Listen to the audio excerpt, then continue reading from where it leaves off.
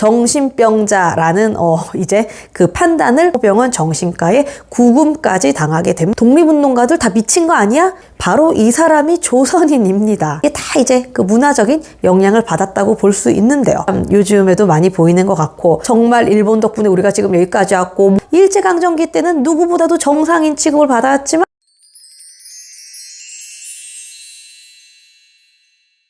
안녕하세요. 고작가의 휴먼레코드입니다. 여러분의 구독, 좋아요, 알림 설정은 저에게 큰 힘이 됩니다. 부탁드립니다.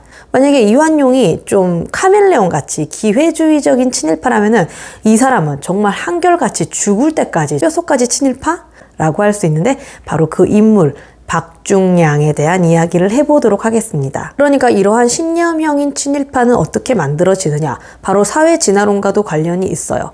그러니까 이 사람은 어떻게 생각했냐면은, 우리 조선의 민족성과 전통이 너무 싫어. 그래서 우리 민족은 자연스럽게 소멸되거나 도태되어야 되고 죽어야 돼. 그런데 만약에 조금 괜찮아지고 싶다? 그러면은 어떻게 해야 된다? 바로 일본을 따라해야 한다. 무조건 일본을 따라가야 되고, 그렇게 하기 위해서는 내가 일본인으로 차라리 태어나야 한다 라고 생각을 했었던 건데요. 그런데 참 다윈의 이 진화론, 진화라는 뜻을 이 후세들이 정말 왜곡해서 받아들일까봐 정말 조심하는 마음에서, 이 진화라는 단어는 이 종의 기원이라는 그 두꺼운 책에서 딱 한 번 나옵니다. 그렇지만 우리 후세들은 역시나 우려대로 잘못 받아들이고 있는 거죠. 진화라는 거는 무조건 강해지고 세지고 좋아지는 거다 라고 생각하지만 사실은 그게 아니죠. 진화란 다양한 돌연변이까지도 이렇게 같이 살아가야 된다는 거죠. 아무튼 이 박중량 같은 경우는 대단히 잘못 해석했던 경우였는데요. 박중량 같은 경우에는 이완용보다 좀 십몇 년 더 늦게 태어납니다. 하지만 구한말부터 쭉 관료 생활을 해왔고, 그리고 이제 대한제국 넘어가고 일제강점기, 한일병합 전부 다 그때도 쭉 계속해서 관료 생활을 이어나갑니다. 그리고 이완용이 한일병합 조약을 맺었잖아요. 그때 뭐라고 하느냐? 백성의 권리를 지키지 못한 나라에 충성할 필요가 없다라고 말하면서 전혀 슬퍼하지 않고 일제하에서도 계속해서 공직 생활을 이어나갑니다. 그런데 웃긴 건 뭐냐면은, 진짜 이완용과 이 사람은 다른 거야. 진짜 이완용보다 더 윗길인 거지. 왜냐?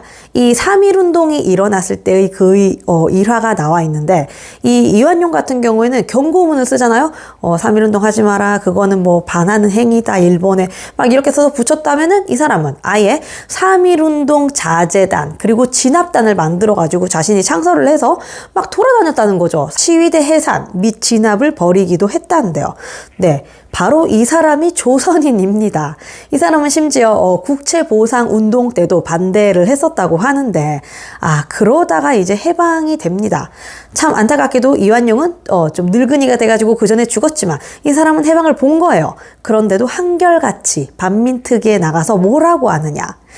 이광수 같은 경우에는 변명을 하잖아요. 나는 민족을 위해서 친일을 한 것이다. 이런 식으로 해서 이제 또 문매를 맞았고, 최린 같은 경우에는 내가 민족대표 33인으로 3.1운동까지 내가 버려놓고 이런 식으로 마지막에 내가 친일을 해서 내가 할 말이 없고 내 사지를 찢어가지고 죽여가지고 길거리에 달아라 라고 이야기를 하면서 반성을 했다면, 이 사람은 끝까지 한결같이 나는 잘못이 없다.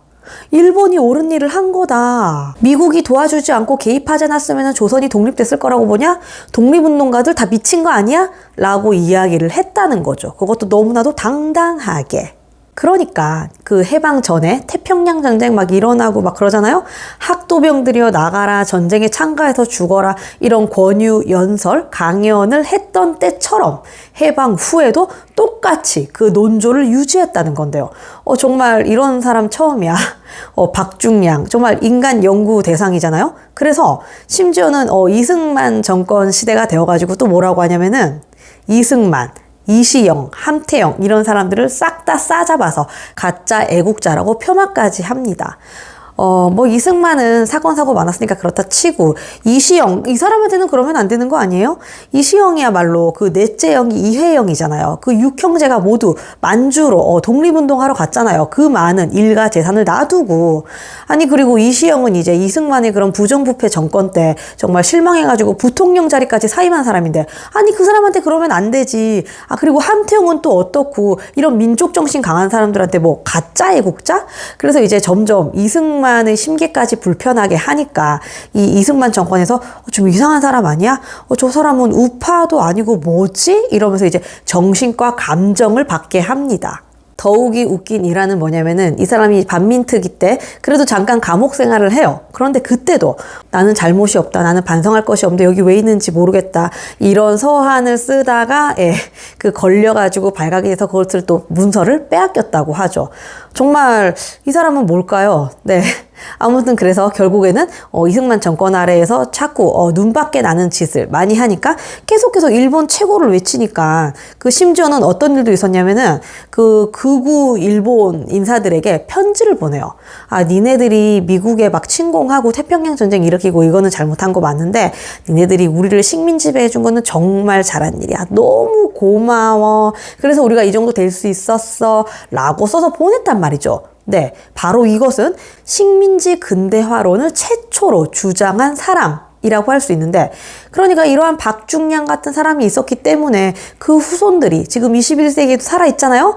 식민지 근대화론을 주장하면서 정말 일본 덕분에 우리가 지금 여기까지 왔고 모든 게 일본 덕택이라고 쓰는 그런 사람들이 아직까지도 판을 치고 다니는 거는 이 사람 때문에 이게 다 이제 그 문화적인 영향을 받았다고 볼 수 있는데요. 그러니까 잘못된 신념이 이렇게나 무서운 거죠. 그래서 결국에는 이 사람은 이승만 정권 때 약간 정신과 감정을 받아봐야 될 것 같아 라고 해서 성모병원 정신과에 가서 상담을 받고 감정을 받고 정신병자라는 이제 그 판단을 받게 됩니다. 그러니까 일제강점기 때는 누구보다도 정상인 취급을 받았지만 해방이 되고 나서는 정말 최악의 정신병자다. 이렇게 된 거죠. 그래서 그는 결국에는 자신의 뜻을 끝까지 굽히지 않았기 때문에 성모병원 정신과에 구금까지 당하게 됩니다.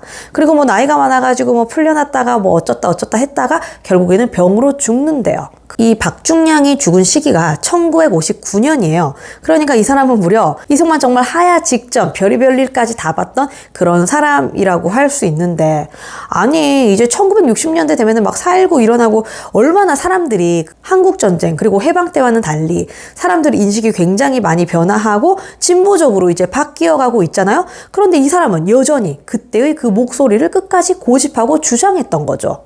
이 박중량 같은 사람처럼 지금은 자신이 하는 말이 다 옳고 내가 정상인이야 라는 취급을 받고 있지만 나중에 세월이 지나서 정신병원에서 감정을 받고 구금을 당하는, 입원을 하는 그런 사람들이 참 요즘에도 많이 보이는 것 같고 그들이 그렇게 될 날이 머지 않았다. 좀 그런 생각이 드는데요. 이완용보다 윗길이었던 정말 신여명 친일파 박중량 이야기는 오늘 여기서 마치도록 하겠습니다. 시청해 주셔서 감사하고요. 이상 고 작가의 휴먼 레코드였습니다.